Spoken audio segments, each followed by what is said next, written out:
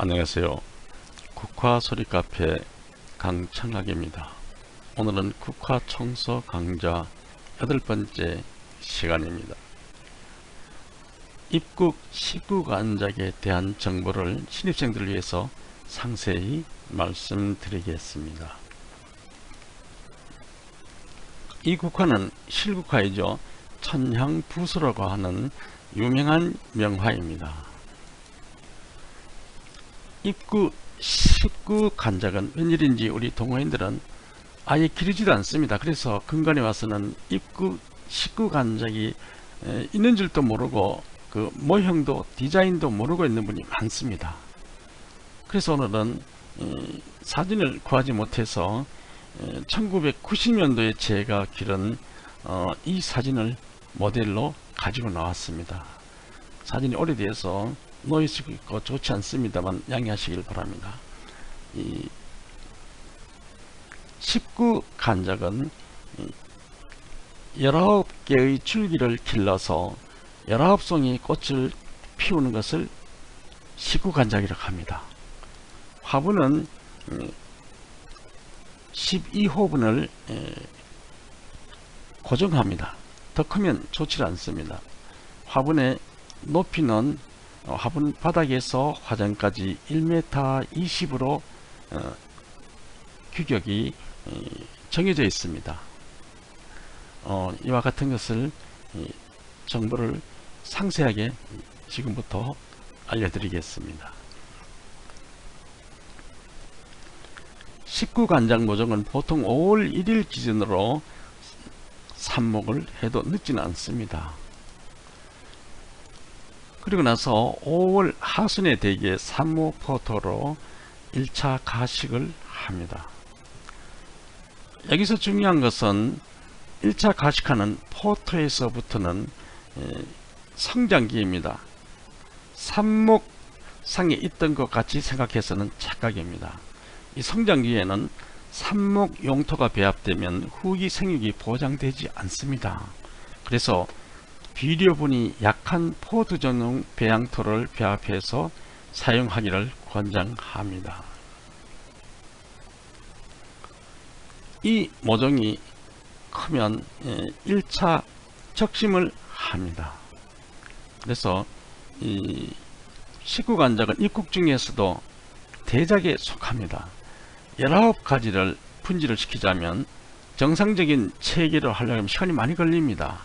그래서 높은 적심을 해서 가지를 처음에 한꺼번에 많이 받아서 기회를 단축시키려고 합니다. 그래서 잎마디 12마디 될 때 1차 적심을 합니다.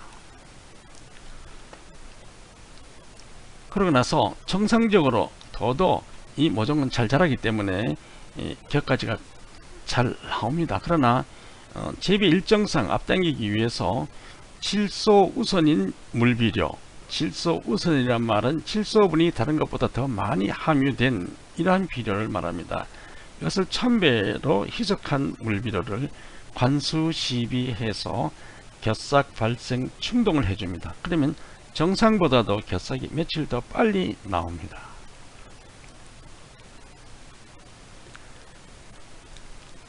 이러한 비배 관리를 포토에서는 너무 오래 두면 모종이 퇴화되기 시작합니다. 그래서 포토에서 2주 정도 관리하고 나서는 5호분으로 이식을 합니다. 이식을 해서 그때 나오는 여러가지 여러 개의 겹싹 중에서 최소한 6개 이상의 싹을 선택해서 받습니다. 받아서 그 중에서 제일 짧은 가지가 15cm 이상이 되도록 기릅니다. 어느 정도 자라면 가지 유인을 해서 분지를 해야 되는데 그렇게 하기 전에 우선 7호분으로 다시 옮겨 심습니다. 그런 다음에 화분 가장자리로 정육방향으로 6개의 지지대를 이렇게 세웁니다. 그리고 이 국화 가지를 케이블 타이로 라선형으로 감아서 정육방향으로 유인합니다. 수평 선까지 유인해 내려 수평까지 유인해 내려서 지주대에 고정합니다. 6개까지 전부 다. 그리고 나서 각각 끝을 2차 적심합니다. 적심할 때 조심할 것은 중심 분지점에서 적심점까지 등거리여야 합니다. 6개 전부 다 거리가 같아야 합니다. 그래야 나중에 작품이 자세가 반듯합니다. 어느 정도 지나면 정식을 해야 합니다. 정식은 늦어도 6월 30일까지는 끝내야 합니다. 이보다 더 지연되면 시일이 촉박해서 작품을 바르게 만들 수 없습니다. 정식 화분은 12호 화분으로 고정을 합니다. 이보다 더 크면 물론 국화는 잘 크고 좋지만은 전체적인 균형이 맞지 않아서 좋지 않습니다. 이때 정식할 때 또 중요한 것은 이러한 고급 작품을 만들자면 입국 중에서는 제일 크고 제일 고급 작품입니다. 이것을 만들 때는 배합 비료를 조심해야 됩니다. 배양토는 반드시 발효된 건조 비료를 20% 정도 배합해서 정식합니다. 처음에는 이렇게 시작합니다. 그러다가 모자라는 것은 질소 우선인 비료, 즉 질소분이 다른 것보다 조금 더 많이 든 비료라는 뜻입니다. 이런 것을 추비하면 됩니다. 처음부터 비료를 많이 배합하면 배양토가 산성화되어서 후기 생육이 좋지 않습니다.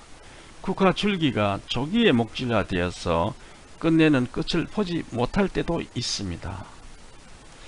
여기서 첨부할 말은 매번 할 때마다 새 배양토를 쓰라고 제가 강조하고 있습니다. 왜냐하면 오래된 배양토는 배양토 속에 3대 요소 질소, 인산, 가리 중에서 질소가 휘발되어서 함유량이 떨어집니다. 그렇기 때문에 비율적으로 인산과 가리의 비율이 올라갑니다.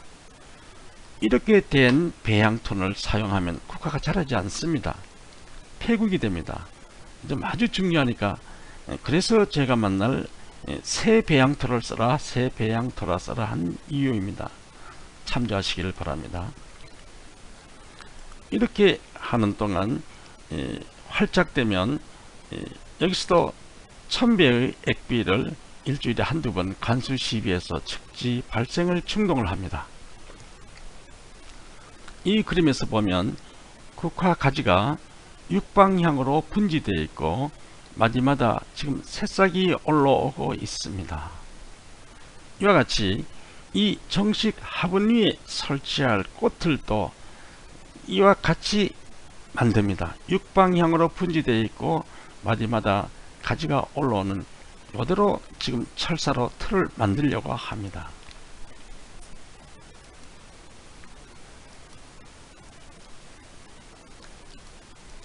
꽃틀을 설치하기 전에 꽃틀을 만들어야 합니다. 이것은 앞에 정식한 화분에서도 본듯이 육방향으로 가지가 벌어지고 마디마다 꽃 싹이 나오는 모양 그대로이죠. 그대로 만듭니다. 이렇게 아래태 위태 이런 것을 두 개를 만듭니다. 근데 여기서 문제가 되는 것은 이 꽃의 지름입니다. 국화 품종에 따라서 꽃이 크고 작고 다릅니다. 근데 평균적으로 해서 이 꽃이 5송이가 이렇게 배열되었을 때 이렇게 배열돼서 이 거리를 환산해서 60 내지 70cm의 지름으로 꽃태를 만듭니다. 만약 작은 꽃송이의 모종이라면 60cm, 큰 꽃송이의 모종이라면 70cm 지름으로 이 꽃태를 만듭니다. 이 19간작 꽃송이 배치되니까 19지점이죠. 19지점이란 말은 19개의 지주대가 설 자리입니다.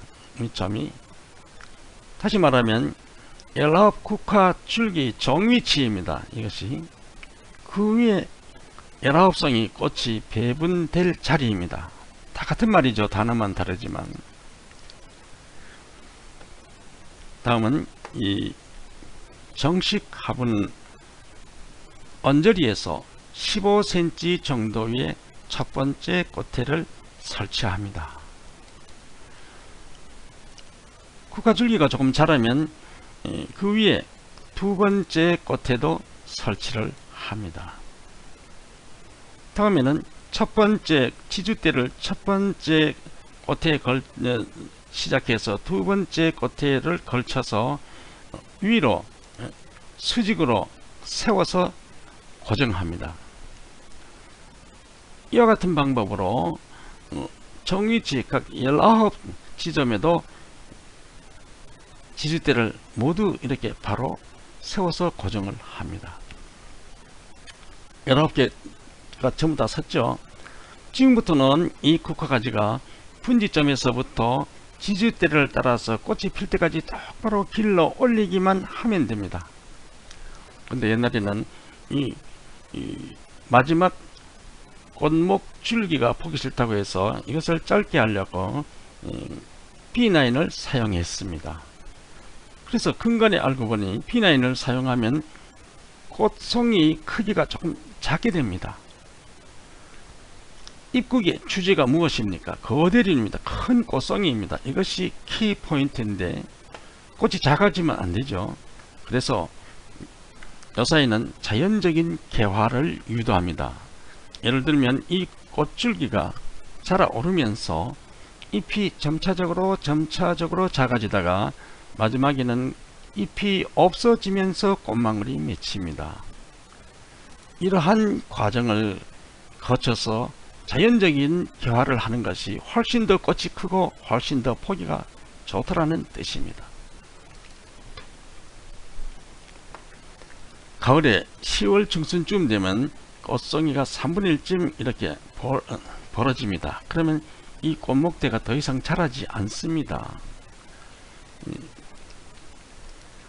이러한 꽃송이가 19간작에서는 19송이가 있습니다. 그 중에서 높이가 제일 낮은 꽃송이 높이를 기준으로 19개의 지주대를 위쪽으로 가지런히 똑같게 잘라버립니다. 그리고 나서 이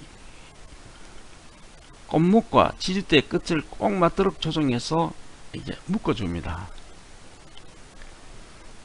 그렇게 되면 19꽃송이가 모두 높이가 가지런히 같아집니다. 그렇게 하고 나서 다음 작업은 이것을 보면 이 꽃이 위로 피어오르는 것 같이 보입니다. 보기에 그렇게 보이죠. 그러나 사실은 이 꽃잎이 아래로 들이어 내려서 밑으로 피어내리는 것입니다. 그래서 우리는 이 꽃목에서 3cm 아래에 윤대를 달아줍니다. 꼭 받침대죠. 이렇게 달아놓고 한 5일쯤 지나서 보면 이 꽃잎이 들이어 내려서 아래로 들이어 내려서 윤대 위에 얹혀 있는 것을 볼 수가 있습니다. 이것이 피어내리는 과정입니다. 위로 피는 것이 아니고 아래로 피어내리는 과정이 눈에 보입니다. 다시 5일쯤 후에 보면 계속 들이어 내려서 차곡차곡 쌓이는 과정이 보입니다. 이러한 꽃이 피어내리는 과정이 월말까지 지속된다면 이렇게 마지막 날에는 만개한 꽃이 보입니다. 이것은 후물 성광홍추라는 유명한 꽃입니다. 이것도 제가 1998년도에 내가 만든 꽃입니다. 이러한 모델이 없어서 제 것을 가져놔서 오래된 것입니다. 이것도 오래돼서 사진이 노이즈가 좀 있습니다만 화분 12호 화분으로 했습니다. 높이도 화분 바닥에서 화장까지 1m 20으로 했습니다. 규정대로 했습니다. 사람들은 이 정도 하면 다 했다고 해서 꽃망울만 맺히면 한숨을 쥐고 손을 놓는데 그것이 아닙니다. 꽃망울이 맺히고부터 지금부터 시작입니다. 입국은 꽃을 얼마나 크게 피우느냐, 자세가 반듯하게 색깔이 영롱하냐, 전체적인 균형이 잡았냐, 여기에 따라서 작품의 우열이 가려지는 것입니다. 그것도 한 송이 한 송이 전부 따로따로 손질을 했습니다. 간격도 한 송이 한 송이 전부 다 간격을 이렇게 했습니다. 균형도 전체적인 균형이 맞아야 합니다. 이 정도면 잘 되었다고 봅니다. 그러나 경쟁을 한다면 이것은 상류급이 못 됩니다. 왜 그런가 하니까 한계가 에러가 생겼습니다. 간격이 안 맞죠. 보통 사람이 이거 그냥 둡니다. 그렇지만 이왕 1년 동안 고생해서 길렀으면 이것도 교정을 해 줘야죠. 꼬태에서 지주대의 묶음끈을 풀고 지주대를 앞으로 조금만 끌어주면 제자리에 들어가겠죠. 반드시 마지막 손질을 해줘야 됩니다. 1년 내내 고생해 키웠는데 마지막 손질을 포기하면 다 허사로 돌아가는 것입니다. 이것은 제가 1982년도에 만든 국화 백백합이라는 꽃입니다. 너무나 오래돼서 사진이 좀 흐립니다만은 그래도 꽃송이가 보이죠. 한 송이 한 송이 공들여서 손질해서 피웠습니다. 간격도 아주 공들여서 간격을 조정을 했습니다. 왜 이런 말을 하냐 하면 국화만 키우는 것이 아니고 끝까지 끝을 보라는 얘기입니다. 마무리 손질을 잘해야 남들 작품보다 우월하게 됩니다. 뒤에 보이는 것은 12오둠 하단입니다. 다음 시간에 있으면 이것도 설명을 드리겠습니다. 오늘의 강의는 여기까지입니다. 지금까지 국화소리 카페 강창학이었습니다.